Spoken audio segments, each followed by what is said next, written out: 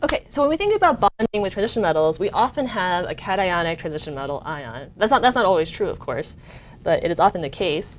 So what you need to be able to do is, one, be able to calculate oxidation state and D count. Oops, oxidation.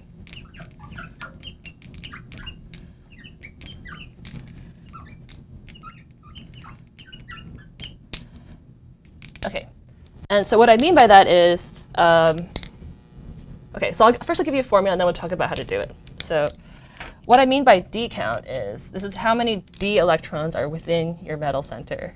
So the D count, the formula is equals, this is your group number, and then so we're starting at group 3, so keep that in mind. Don't put this as 1 because then you're going to be off. So scandium should have 3 valence electrons if we're including the s electrons. So the group number minus the oxidation state.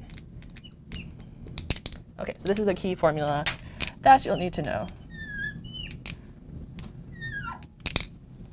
OK, and so when we're doing this D count, the reason the formula occurs is because the key point is that, let me write this down, key point, s electrons are removed first during oxidation.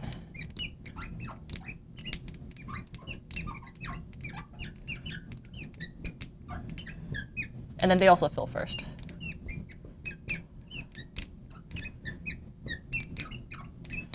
OK, so here's my example. If we were to draw that radial probability distribution function like we've done before, so here's my radial probability, so this is the probability. If you remember, the 4s orbital should look like something like that. Here's my 4s.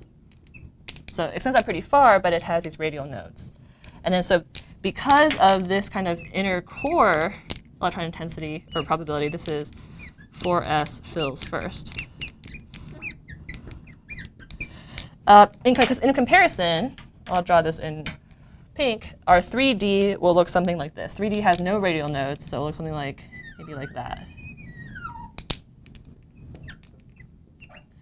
So because the 4s has more of this probability towards near the core, it's going to fill first with electrons. But then when we start thinking about bonding, if we're oxidizing our electrons from our transition metal to form ions, then the 4s extends out further, so it also oxidizes first. So as a result,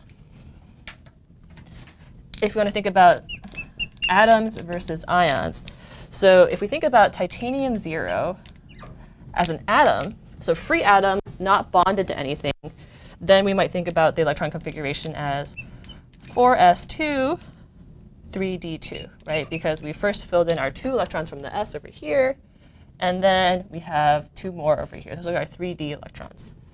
So then if we remove them first, then if we have titanium 2+, again, we're removing the s electrons first. So then this will take away these goodbye. So then this becomes 3d2. So if you want to think about D count,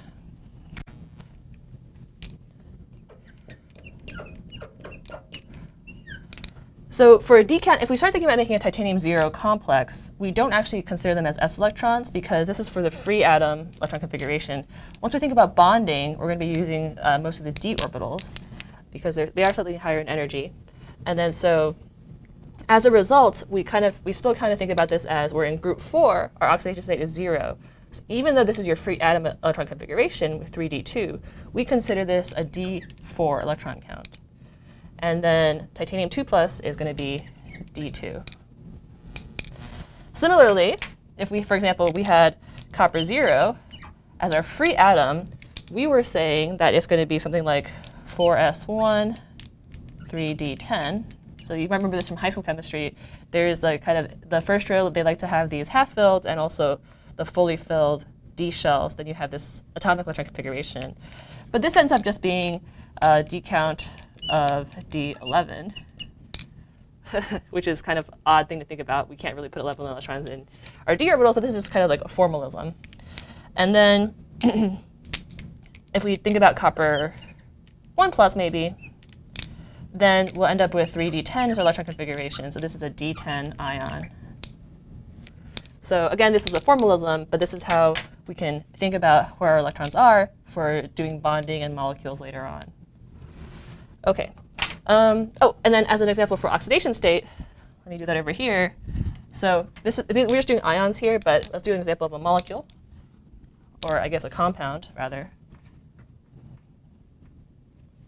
So if we think about the compound cobalt chloride, so to calculate the oxidation state, we know that Cl is going to be Cl minus. So therefore, it's got to be cobalt 3 plus. So sometimes I'll do 3 plus. You could also do the Roman numeral. That maybe implies more covalency, but these are kind of interchangeable. And then so therefore, it is then cobalt 3. Oops, sorry, excuse me.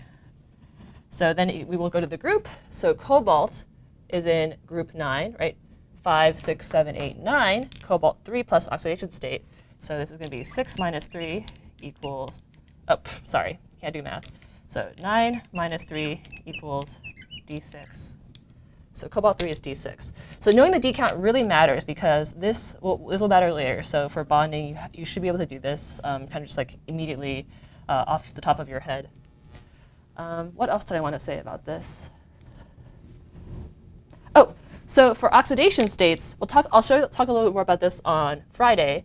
But transition metals, unlike the main group compounds, can have many different oxidation states possible.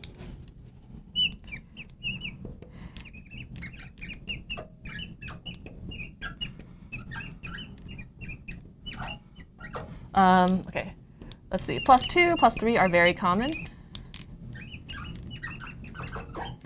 And then I'll say that so over here on the very far left, they like to be their group oxidation state. So scandium and yttrium like to be +3 only. Titanium and zirconium like to be +4, but can be +2. And then there are many oxidation states available here in the middle. So chromium, manganese could be 0, they could be 1, they could be 2, they could be et cetera, or 4, 5. So many possibilities. And then as we go all the way to the far right here, then we get into fewer possibilities also. So zinc, cadmium, and mercury are all +2 only. Copper, silver, gold could be +1, +2, +3. So it's just kind of few oxidation states possible, few, and then more in the middle. OK. And then lastly, higher oxidation states more possible down the group. And that has to do with kind of orbital size and how easy it is to ionize. More stable down the group.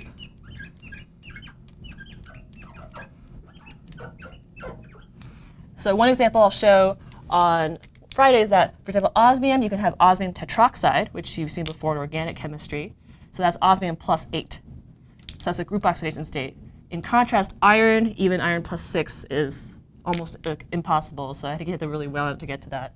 So the stability increases for higher oxidation states as you go down the group.